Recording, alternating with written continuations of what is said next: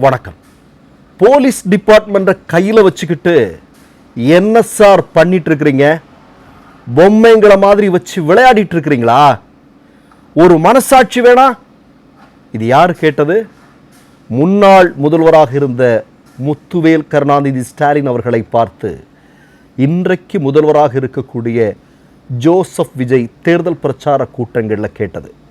Joseph Vijay அவர்களே, நீங்கள் ஆட்சி பொறுப்பேற்று 15 நாட்களில் தமிழ்நாட்டில் காவல் நிலையங்களில் பதிவு செய்யப்பட்ட புகார்களை உங்களுக்கு நான் தெரிவிக்க விரும்புகிறேன். மொதல் விஷயம், இந்த 15 நாளில் கொலை மட்டும் தமிழ்நாட்டில் எவ்வளோ நடந்திருக்கு தெரியுமா? 25 கொலைகள். இரட்டை கொலை 4 நடந்திருக்கிறது. பாலியல் குற்றங்கள், போக்சோ வழக்கு, மீண்டும் சொல்கிறேன், இது தமிழ்நாட்டில் பதிவு செய்யப்பட்டது, காவல் நிலையங்களில் பதிவு செய்யப்பட்டது. பதிவு செய்யப்படாதது இனி எவ்வளோன்னு தெரியல. 19 பாலியல் போக்சோ வழக்குகள் தமிழ்நாட்டில் விஜய் ஆட்சி பொறுப்பிற்கு வந்ததற்கு பிறகு பதிவு செய்யப்பட்டிருக்கிறது. துப்பாக்கிச்சூடு, குண்டு வீச்சு 2 சம்பவங்கள் பதிவு செய்யப்பட்டிருக்கிறது. கொள்ளை 324 கிலோ தங்கம், மன்னிக்க 325 சவரன் தங்கம் கொள்ளையடிக்கப்பட்டிருக்கிறது. 12 கிலோகிராம் வெள்ளி கொள்ளையடிக்கப்பட்டிருக்கிறது. மது போதையில் நடந்திருக்கக்கூடிய பல்வேறு முறைகேடுகள், பிரச்சனைகள், அது 12 பதிவு செய்யப்பட்டிருக்கிறது. நாம் நேரடியாக விஜய் அவர்களிடம் கேட்கிறோம், நீங்கள் நிர்வாகத்தை கற்றுக்கொள்வதற்கு இன்னும் எத்தனை தமிழ்நாட்டு பிள்ளைகளுடைய உயிர்களை பலி கொடுக்க வேண்டும்? இன்றைக்கு தமிழ்நாடே விஜயை பார்த்து கேட்க ஆரம்பித்திருக்கிறது.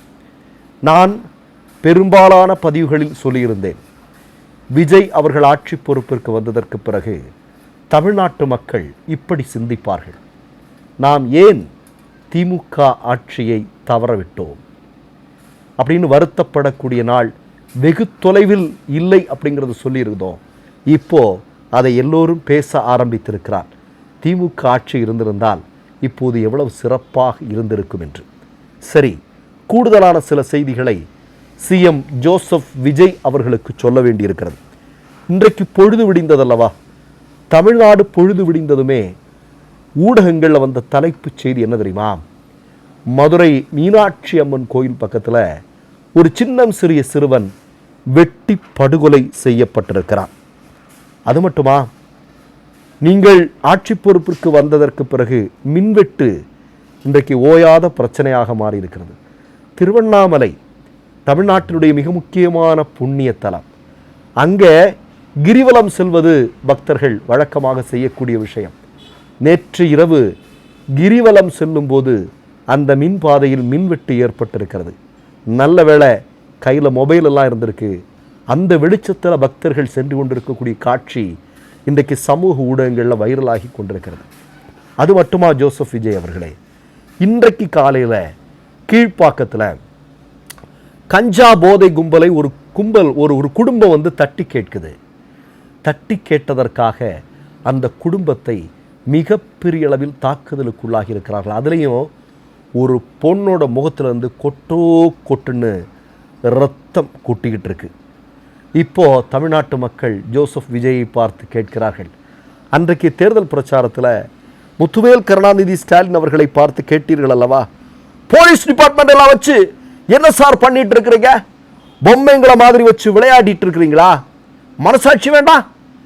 இப்போ கேட்குறாங்க, உங்களுக்கு மனசாட்சி வேண்டாம்? என்ன சார் நடக்குதுங்க தமிழ்நாட்டில்? என்ன சார் நடக்குது? இன்னும் எத்தனை உயிர்கள் சார்? சரி சார், இதெல்லாம் நடக்குது இல்லையா? இப்போ வேணா தாவேக்காரங்கிட்ட இப்போ போய் கேட்டால், இன்னமும் உங்கள் கட்சியில் வெறியோடு இருக்கக்கூடிய ஒருத்தன்ட்ட கேட்டால் அவன் ஒருவேளை சொல்லுவான், என்ன சொல்லுவான்? ஓம் ஸ்வராச்சாரியாய நமக.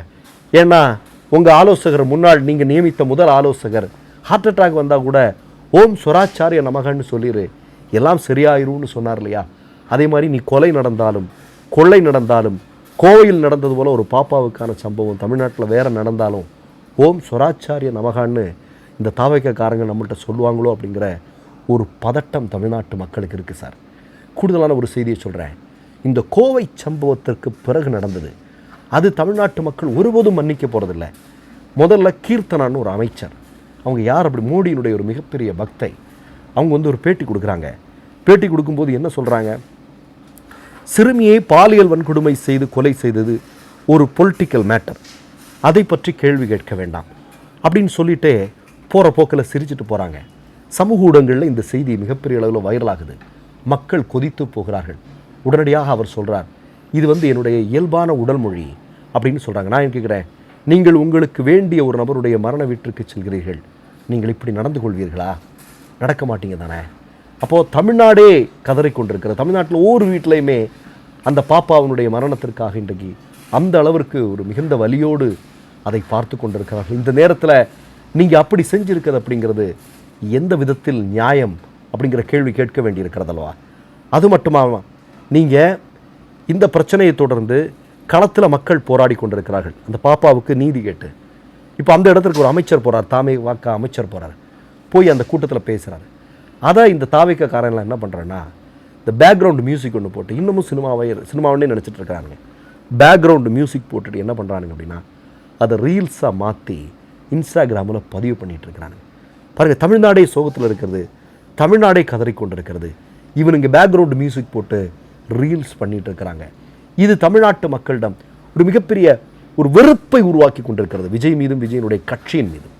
அடுத்ததாக உங்களுக்கு தெரியும், ஒரு 3 போலீஸ் அதிகாரிகள் இது தொடர்பான விஷயத்தை பேசுகிறதுக்காக இருக்காங்க. ஆனால் அவங்க சிரிக்கிறதும் அவர்களுடைய உடல் மொழியெல்லாம் உண்மையிலேயே என்ன நடக்குது அப்படிங்கிறது நமக்கு தெரியலங்க. ஆனால் ஒன்றை மட்டும் உறுதியாக சொல்லிக்கொள்ள வேண்டி இருக்கிறது. நீங்கள் உக்ரைன் ஒரு நாடு இருக்குது, உங்களுக்கெல்லாம் தெரியும். அந்த நாட்டில் ஒரு நடிகர் தான் அந்த நாட்டினுடைய அதிபர் பொறுப்பிற்கு வந்தார். வந்ததுக்கு பிறகு அந்த நாட்டினுடைய இன்றைய நிலைமை என்ன தெரியுமா? குடிக்கிறதுக்கு தண்ணி விட பிரச்சனையாக இருக்குது.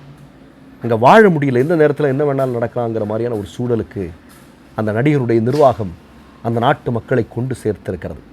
அப்படி ஒரு சூழலுக்கு தமிழ்நாடும் சென்று விடுமோ என்கிற பயம் இன்றைக்கு மக்களுக்கு வர ஆரம்பித்திருக்கிறது. மீண்டும் ஒன்றை சொல்லிக்கொள்ள விரும்புகிறேன். இப்போ டெய்லி காலையில் எழும்பும்போதே ஒரு பயம் இருக்குது, இன்றைக்கி தமிழ்நாட்டில் என்ன நடக்கு அப்படின்னு. அதானால் நமக்கெல்லாம் இன்றைக்கி செய்தியாக இருக்கலாம், இன்றைக்கி வேலூரில் நடந்திருக்கு, இன்றைக்கி கோவையில் நடந்திருக்கு, இன்றைக்கி மதுரை மீனாட்சி அம்மன் கோயில் பக்கத்தில் நடந்திருக்கு. நாளைக்கு விடியும் போது ஏன் வீட்டு பக்கத்தில் நடக்கலாம், ஏன் வீட்டுக்குள்ளேயே ஒரு வேளை நடக்கலாமோ அப்படிங்கிற பயம் எனக்கு இருக்குது. மீண்டும் சொல்கிறேன், இன்றைக்கு தமிழ் மக்கள் ஒட்டுமொத்தமாக சிந்திக்க துவங்கி இருக்கிறார்கள். திராவிட முன்னேற்றக் கழகத்தினுடைய ஆட்சி தமிழ்நாட்டில் நீடித்திருந்தால் எவ்வளவு சிறப்பானதாக இருக்கும் என்று மற்றொரு நிகழ்வில் சந்திப்போம். நன்றி, வணக்கம். 3 யூடியூப் சேனல்கள் வியாபாரத்திற்கு இருக்கிறது. தேவைப்படுபவர்கள் இந்த எண்ணுக்கு தொடர்பு கொள்ளுங்கள். மை நேம் இஸ் ரெட் சேனலை சப்ஸ்கிரைப் பண்ணிக்கோங்க. அதுக்கப்புறமா பக்கத்தில் இருக்கிற ஜாயின் பட்டனை கிளிக் பண்ணீங்கன்னா ஒரு நியூ பேஜ் ஒன்று ஓப்பன் ஆகும். அதுலேயும் ஜாயின் பட்டனே கிளிக் பண்ணிக்கோங்க. அதில் பார்த்தீங்கன்னா credit card, debit card options இருக்கு.